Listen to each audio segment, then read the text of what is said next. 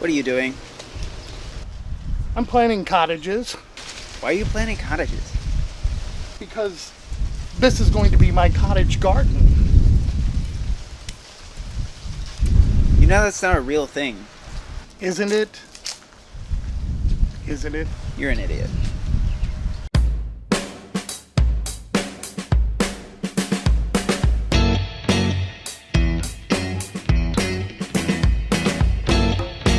The Arch Gaming Network is proud to bring you this board game review. Now here's your host, Sean Smith. Hello, and thank you for stopping by. Today we're taking a look at Cottage Garden, which was designed by Rosenberg and published by Stronghold Games. Now, Cottage Garden is part of Stronghold's Great Designers series, and there's no doubt that Mr. Rosenberg is a great designer. In Cottage Garden, we have a puzzly, abstract, kind of a Tetris-style puzzle where you are taking these flower tiles, placing them into a flower bed, trying to make sure you're not covering up the items in your flower bed that are going to score you points when you complete one of these tiles. Now, this is a game that is very similar to one of Mr. Rosenberg's previous games called Patchwork. And in that game, it's a two-player game that has some very similar mechanics. So if you've played Patchwork, you're going to be familiar with Cottage Garden. So why don't we take a look at the setup and how to play the game, and I'll give you my thoughts on the other side on, if you have Patchwork, is it worth getting Cottage Garden? Let's take a look.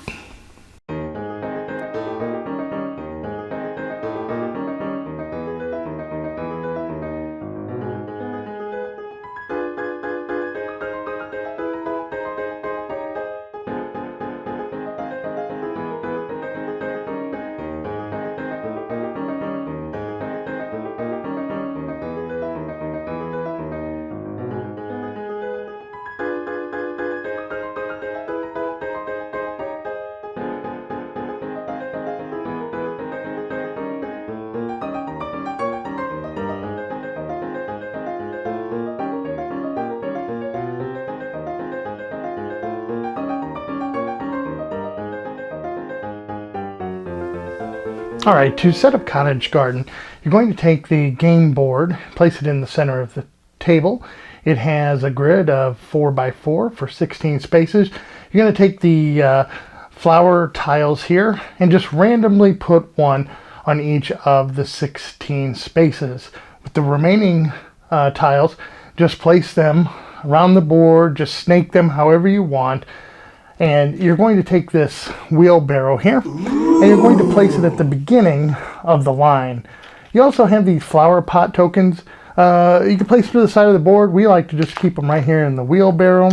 You also have a pile of cat tokens, and just place those off to the side of the board. Depending on how many players you have, will determine what side of the board you're playing on. With 2 or 3 players, you'll use this side, and it has 1, 2, or 3 player symbols on the board. If you're playing with 4 players, flip it over.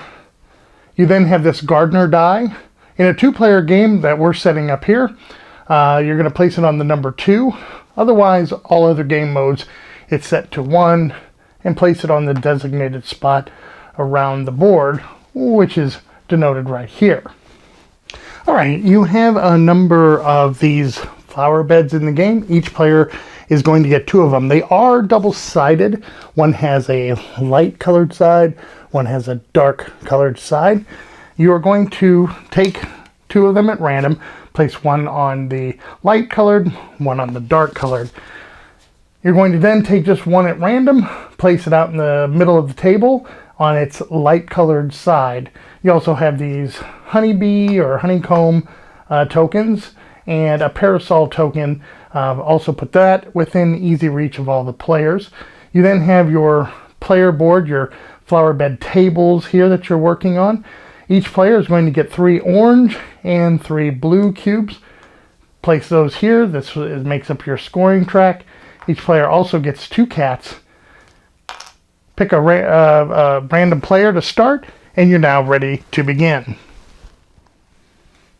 Alright, the way to win Cottage Garden is that you are trying to move your scoring cubes up this scoring track here. As you can see, there's an orange scoring track and a blue scoring track. You're going to be moving your cubes up that track, trying to get them into the 20th spot here. Alright, at the end of the game, you're going to be adding up the cubes based on where they are at on the various scoring tracks to get your final score. The game consists of 4 phases. The first phase is the refilling phase. Based on where the gardener die is, you're going to focus on that particular row. So if it were up here, you'd be looking at this row. If there are 3 or 4 empty spots in a row that the gardener is focused on, you will refill them. So let's say this, and this were not here. You would begin refilling them, starting with the first tile in front of this wheelbarrow, and you place it closest to the gardener first. Then you would take the next one, refill, the next one, refill, until all of them are filled. Now, if there was only 1 or 2 missing, let's say this one and this one were missing, you're allowed to spend 1 of your cats to refill a row back up to its maximum.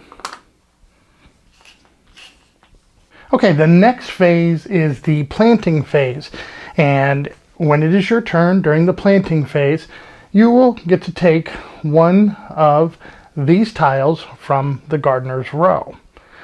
Alternatively, you could take a flower pot and place that into one of your flower beds, and or you could also use a cat to put into your flower bed as well.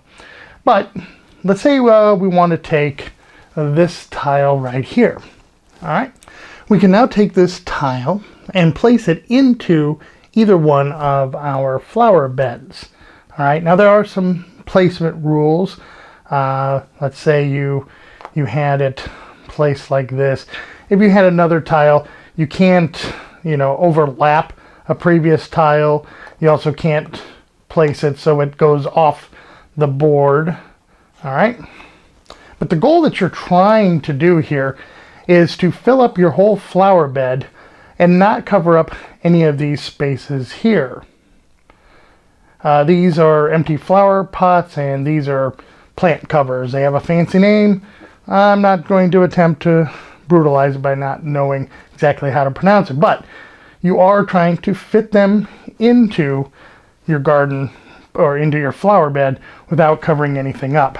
And like I said, you can add it to either one. Now, remember I said you can't overlap, so you can't go across 2 flower beds either. All right, but it's your choice which one you want to add it to. Now, as far as placing these, you're allowed to flip them. You're allowed to do whatever you want to try and figure out where they want to go. Now, you are allowed to test the pieces that you want to take, and that's kind of where this parasol comes into play. You would take this parasol and place it on the spot on the player board where you took the particular tile from, so that you can remember where it came from. Once you have determined which tile you want to take, you just remove the parasol from the game board. So again, let's say we're going to just place this one right there. Wow. All right. Now once you've placed it, on future turns, you cannot move this. It is now permanently in place. All right, after you've placed a tile, you may now place any cats into your flower bed if you would like. Talk about why you would do that in a moment, but then you would move on to the scoring phase. Now, you can now check to see if you can score a tile or a flower bed. You can only score a flower bed if all of the empty spots in that flower bed have been filled up. So let's take a look at an example. All right, now. All right, let's say you've been playing for a little bit and you have one of your flower beds here. Please note, you can work on both at the same time. I just haven't for illustrative purposes, so we'll just put this off to the side and concentrate here. But it's your turn, and you have one space open here and two spaces open here, and you look in the gardener row and there really isn't anything that will work for you, at least to finish this off. Again, let's just pretend we don't have the other one here. Please note also that some of the tiles may have flower pots on them. Some of them may have the flower coverings on them as well. It's important to keep those in mind, because those are the things that are giving you points when you score, not the actual flower tiles that you're placing. So it's my turn. There are no tiles here that are in my row that will work. So what I can do is take a flower pot instead and place that into one of the spots. Okay? Now, if I really wanted to complete this tile, I could now then take a cat and start filling in empty rows, okay? And you can do that anytime during your turn. It's not, it's in addition to your turn. You can do that. Now that this is filled, I'm now able to score this tile. All right, when you score a tile, you're going to just score the visible flower pots and flower coverings, okay? If you had, let's say for example, we had covered this one up earlier in the turn. I don't know why we would have, but let's say we did. You don't score points for anything that you have covered up. So just those that are visible. So I have 1, 2, 3, 4, 5, 6 flower pots. So I would move up 6 spots here on the orange scoring track. I also have 1, 2, 3 of these coverings. So I take the blue and move up 1, 2, 3. Now the scoring track is 1 for 1 on the orange flower pots, and 2 to 1 on the blue. Now, if at any time you cross this red line here to go to the next scoring track, you will get a cat for each cube that has passed there. But in our example, we just made it to 6 and 6. You don't score anything for the cats, and then these will go back to the general supply. All right. You'll take the tiles from your flower bed and place them at the end of the line from where that wheelbarrow is. All right. You'll take any flower pots, place them back into the general supply, and then you're going to take this tile, all right, you're going to flip it over, and you're going to put it into the center of the board for all players, and then you're going to take the one that was in the center and place it in front of you. All right, a couple more things to note as far as scoring. The first time you get all 3 of your orange cubes off of the starting line here, you're going to receive a flower pot, and you can, or you must, immediately place it into one of your flower beds. The same thing goes with the blue cubes as well. As soon as you've put the last of the 3 on the scoring track, then you will get another flower pot to immediately place into one of the flower beds. Also note you can never have more than 2 cats in your reserve. So up here on your board, if you ever have more than 2, then you will need to place them into one of your flower beds until you are down to 2. All right, the first player then that can move one of their cubes into this scoring space that's marked with a 20. Please note that the orange track goes from 15 to 20. All right, so once you, and the blue one goes from 14 to 20. So once you've moved from here to here, you are getting those 6 additional points from going from 14 to 20. And if you're the first one to do so, you're going to get the tile that has the double beehive on it. This is worth 2 points at the end of the game. You cannot obtain both of these tiles. This is a single one. So the next player to get a cube to this spot will get the single beehive. All right, after the scoring phase, you then go on to the gardener phase. During the gardener phase, you're just going to move the die 1 space clockwise, and this will move around the board. Okay, once it gets back to the starting spot, the gardener spot, you're going to flip it from, in this case, a 2 to a 3, and then you're going to go again, and you're going to keep going until it flips over to a 6. This will begin the final round. All right, the final round works a little differently. First thing you have to do is you must discard any flower beds that have less than 3 flower tiles on them. So this one here, we have 1, 2, 3, 4. So this one is safe. This one here that we have only has 2. And also note, flower pots and or cats do not count as tiles. They have to be actual flower bed or flower tiles to count. So this one only has 2 on it. So we will discard that flower bed and return those flowers back to the general supply. You will then continue to play with the following rules until there are no flower beds left in front of the players. Okay, the first rule change is that at the beginning of your turn, you will need to lose 2 points, either by moving 1 blue cube back 1 space, even back to its starting space, or 1 orange cube 2 spaces. So you could go here and here. Please note that if you ever cross a red line and then subsequently go back over it, you won't gain another cat for that. The gardener die again also keeps moving around the board, and when it reaches a starting spot, it doesn't flip, it'll just keep moving until all of the players have no more flower beds in front of them. So once you've completed a flower bed, you will score it and then remove it. You will not get another flower bed. You are finished until all other players have no remaining flower beds. Once all players have finished, you're going to again just count up the points on your cube. The orange cubes are going to be worth anywhere from 1 to 15 if they are still on the scoring track. They're worth 0 at the starting track here. 20 for each cube that you got here. If you have any beehives, you're going to add that. 1 point for each beehive you have, so this one would be 2 points. All right, this one would only be worth 1. And remember, you can't obtain both of these beehive tokens. Whoever has the most points is going to be the winner. If there is a tie, whoever has the most beehive tiles, so basically the first person that got this tile, will be the winner of the game. Okay, so that is Cottage Garden. Let's talk about the components. First off, you have some really nice thick cardboard components in here when it comes to all of the different flower tiles. You have those flower pot and cat tokens, and they're good quality.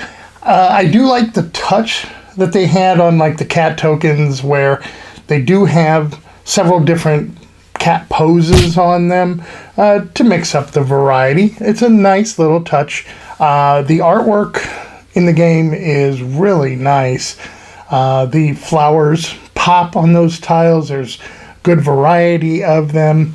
Now, I do wish the game board was probably a little bit bigger, because the tiles, the flower tiles, sometimes they don't fit, inside the squares. It's so minor. It's really not a big deal. I do when I look at the box here and I see the board and how much more room they had, I wonder, okay, well, why didn't they make the board a little bit bigger? But then you probably wouldn't have a perfect 4x4 grid. So that's probably why they didn't do that. Again, it's minor. The wheelbarrow in this game, it's a little component, but yet it really adds to the theme. It was a nice design choice there to make that. And it really stands out as kind of a centerpiece on the table. I mean, the whole game, when it's laid out and playing with all the different flower tiles and everything, really does look nice. Now, as for the gameplay, this is an easy game that's geared towards people who like a puzzly style game. There is something satisfying about finding the right piece and getting that to fit onto your flower bed perfectly, maybe to finish it off. There's just something really nice about doing that. Now, this game doesn't have a ton of player interaction. That gardener moves around the board, so you always kind of know what's coming up for you to take. And while it can happen and does happen from time to time, it's not that often that a player is going to take a tile that that you had your eyes on. So for the most part, there's just not a ton of that player interaction. Now, the theming for the scoring on the game seems a little backwards to me. I mean, you're taking these flower tiles and placing them into your flower bed, and you would think when you have it filled up, you'd be scoring for the flowers. I mean, you are building a garden here. And I have had a couple of times while teaching the game, people go, wait, I'm scoring the empty flower pots and not the flower tiles. And it's, yes, just go with it. So to me, it's a little backwards, but it's not that big of a deal. This game is strategy driven. There's not a whole lot of luck. Again, you kind of know what tiles are coming up based on where the gardener is. You have that information. I mean, unless, one of your opponents takes a tile that you want, which again, doesn't happen that often, you have complete information, complete knowledge. You can see where the wheelbarrow is and the pieces on the that are coming up next to fill into the board. So you are able to strategize between the two flower beds that you have exactly what you want to do. All right, I have to admit I'm not a fan of the final round, and this is based on a couple of reasons. First, during the first 4 or 5 rounds, depending on the number of players that you have, you are working, building your flower beds, finishing them, scoring them. Everything is going great, and then you hit that final round, and if you're not finished at the beginning of each turn, you're going to lose 2 points. Oh, no. I don't like the fact that there's a negative connotation in that last round. Now, I understand why it's in there. You really want to try and get all the players to finish around the same time to try and keep everything as equal as possible. But I'm just not sure why you just couldn't play out until the end of that 6th round, or somehow make sure that everybody had equal number of turns. You're having such a great time, and now you're just being penalized every turn because you're not finished. And that brings me to the other thing about the final round, and that is, if you have set it up, let's say during the 5th round, right before that 6th round hits, you finished off a flower bed, and you set it up so you're like 1 tile away from finishing off that other flower bed, and it's your turn at the 6th round. You complete it, and now you're done. You have to sit back and wait for everyone else to finish. And I don't like the fact that somebody now, or maybe even multiple people, are out of the game watching other people play until the game is over. Again, I'm not quite sure why that is in the game, but for me, I wish that would have been changed a little bit. So like I said earlier, this game is compared to Patchwork because it was designed by Mr. Rosenberg as well, and it has a very similar feel to it. However, Cottage Garden plays 1 to 4 players, where Patchwork plays 2 players only. I haven't played 1 player, so I'm not quite sure how well that plays. The scoring between the 2 games is very similar. Patchwork, you have buttons. In this game, you're using the flower pots and the plant covers for your scoring. Very similar. And the way that the tiles go around the board is also similar as well. Now, I do feel that this game feels more puzzly than Patchwork because you are trying to work around these flower pots and the coverings to try and maximize your scoring. So there's a little bit more puzzle element to this. Now, there are enough differences between the 2 games that, yes, they look and feel similar, but there's enough differences to be of note. I would think that the main reason, if you owned Patchwork, why you would want to play or buy this game is because you want to be able to play either solo or with more than just 2 players. All right, so overall, I really do enjoy Cottage Garden. Even if I'm not a fan of the final round, it's still a fun game. It's still easy to teach. It's easy to learn. It plays fairly quickly, about an hour. And if you're someone who likes games that kind of have that Tetris feel to it, then I think you'll certainly enjoy this. So for me, I give Cottage Garden a 7. Now, if you've enjoyed this review, please leave a like below, subscribe to our channel, and once again, I thank you for stopping by. Thank you for visiting the Arch Gaming Network. For more great content, check us out at archgamingnetwork.com. Subscribe to our YouTube channel. Follow us on Twitter and like us on Facebook.